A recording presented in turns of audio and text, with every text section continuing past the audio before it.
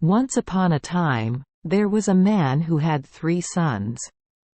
One day, he called his 3 sons, gave the eldest son a rooster, the second son a scythe, and the youngest son a cat, and said, "Now that I am old, before I die, I want to take care of you. Children, I Don and number 39 have money, and the things I give you are not worth much. But if you know how to use them properly, it will probably work. You should go to countries that Don and number 39 have these things so you can have a chance to prosper." After his father died, the eldest son left and took the rooster with him. "Unfortunately, everywhere I go, I see people raising roosters. Coming to the city? From afar, we saw roosters perching on the tower and always turning in the direction of the wind. When he went to the villages, he saw chickens crowing, but no one paid attention to his rooster. He was sure he had lost all hope of good luck. Walking and walking, he finally came to an island where the natives had never heard the sound of a rooster crowing. They also Don and number 39 know how to divide their time properly. They can only distinguish between morning and afternoon. At night, if someone suddenly wakes up, there is no telling how long it will take for daylight to come. He told them, "Just look at this animal, is it brave and brave? He wears a crown of red jade on his head and a spur on his feet like a horseman. Every night he crows 3 times to tell you the time. When it crows the 3rd time, the sun is about to rise. But if it crows in the middle of the day, you will know immediately that the weather is about to change." Hearing that, the natives liked it very much. This night they did not sleep, they were excited all night to hear the rooster crowing to take charge. They heard the rooster crow loudly and loudly 3 times. After the rooster crowed for the 3rd time, it was morning. Then they asked to buy chicken, asking how much money he wanted. He replied, "Not much, about as much gold as a heavily loaded donkey." The natives said in unison, "How funny, exchanging such a precious animal for a little gold." They immediately gave him the gold he asked for. Seeing the eldest brother loading the gold, the 2 younger brothers were very surprised. The second brother said, "If so, I have to leave and see if I can get rich with my money." Everywhere he went, he saw farmers carrying scythes, seemingly giving up hope. But then he came to an island. Luckily for him, the natives here Don and number 39 know what a scythe is yet. At 9, the islanders pulled cannons to the front of the village, loaded them and shot the rice stalks. Doing so often does not work as expected. Sometimes the bullets flew over the rice tops, other times the bullets did not hit the rice stalks but hit right in the middle of the flour, causing all the rice to fall into the field. Not only that, everyone also suffered from hearing the ear-splitting sound of bullets exploding.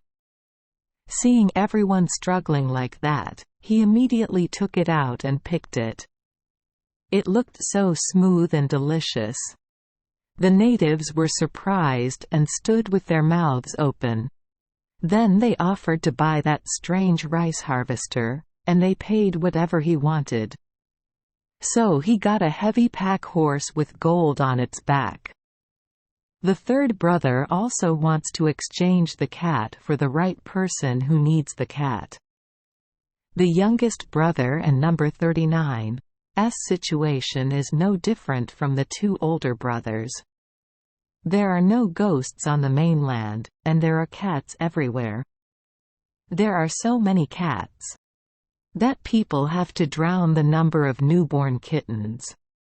Leaving the mainland, the ship took him to an island. Luckily for him, there has never been a cat here, so the mice are free to roam freely. Whether the homeowner is present or away, the mice can calmly play on the table. People here complain a lot about the rat infestation. Even the king had no choice but to give up. Every corner of the palace had the sound of mice squeaking, the sound of mouse teeth gnawing. Well, there was nothing they wouldn't and #39 bite to pieces. In that scene, he released the cat to let it catch the mice. Just a moment later, the rooms were completely empty of mice. The islanders came to ask the king to buy that magic animal to eliminate the rat problem for the whole country. The king agreed to buy it, and was willing to pay as much as he could. He took a heavy pack mule with gold on its back. The youngest brother is the one who brings home the most wealth. In the King and No. 39's palace, cats were free to play around.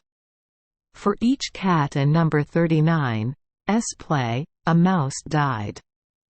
There were so many dead mice that it was impossible to count. The cat chased the mouse so hard that his body was hot and thirsty before he stopped to rest and stretched his neck to say and quat, "Meow, meow." And quat.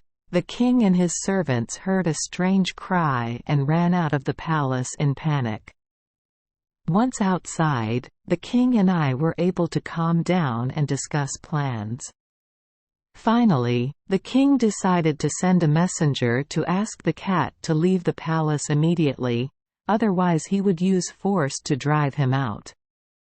The councillors all replied, "We are familiar with the rat plague. We would rather be tormented by the rats than put our lives at the mercy of that monster." According to the order, a guard was sent to ask if the cat was willing to withdraw from the palace.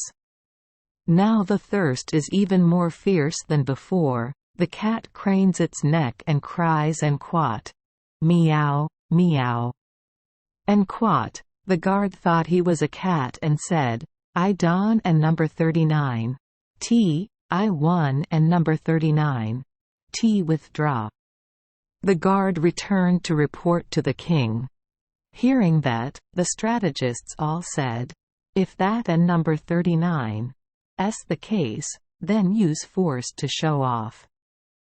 Cannons were pulled in and burned down the entire palace. When the fire spread to the room where the cat was sitting, it jumped out the window to escape. The soldiers, unaware of this, continued to shoot until the castle leveled off. Thank you for joining us for today's fairy tale. We hope these stories bring joy and meaning to your day. If you love our channel, please hit the subscribe button so you won't miss any exciting tales. Wishing you a good night and sweet dreams. See you in the next story.